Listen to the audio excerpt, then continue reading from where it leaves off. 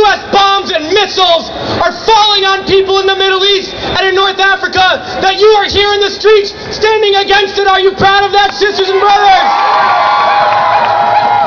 Well, it's not just about today. It's about tomorrow and the next day and the next day of fighting and organizing and working together and bringing these criminal wars to an end. Now, 8 years ago, sisters and brothers, 8 years ago, I stepped foot in Iraq in March of 2003 because we were told by this government that it was in our national security interests, that the people of Iraq wanted to be liberated.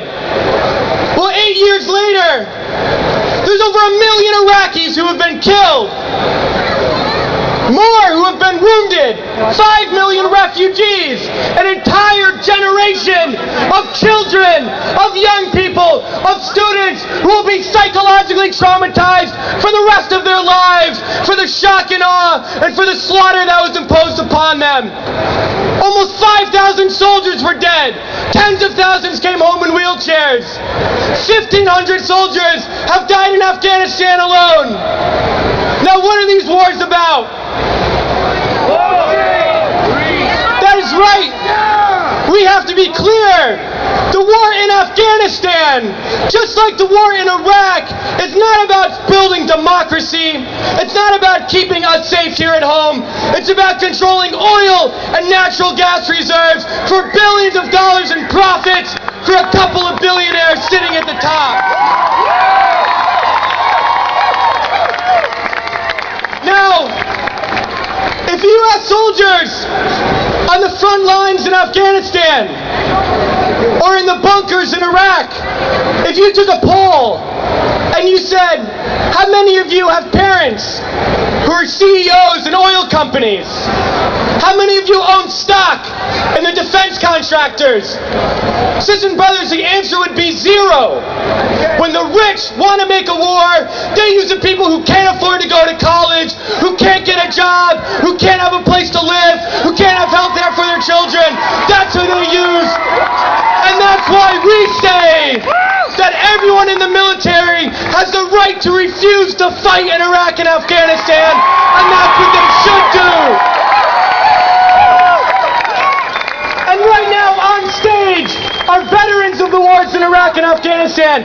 On stage right now are people in the active duty army, the active duty Marines, who are refusing their orders to fight and who are instead standing against the war machine. And this happens because of people like you, because you come out to the streets and because you show that there's another way. And the more you stand up and resist, the more soldiers will stand up and resist too. Now they tell us these wars are for national security, to control these countries in the Middle East. When we say national security to the billionaires and the millionaires is a different national security than we think it is. We think it's a national security issue that there's tens of millions of families in the Midwest that are going to have their heat shut off this winter. That's a national security issue. We think it's a national security issue that over 1 million school children a year are homeless, that live with their families in their cars. That's a national security issue.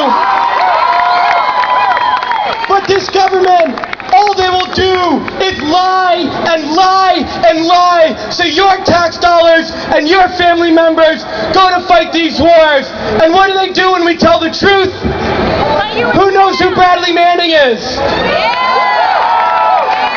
Who here thinks Bradley Manning is a hero? He is a hero because he told the truth when all we have gotten is lies. He is telling the truth. We are telling the truth today, and that is what's going to end these wars. Now,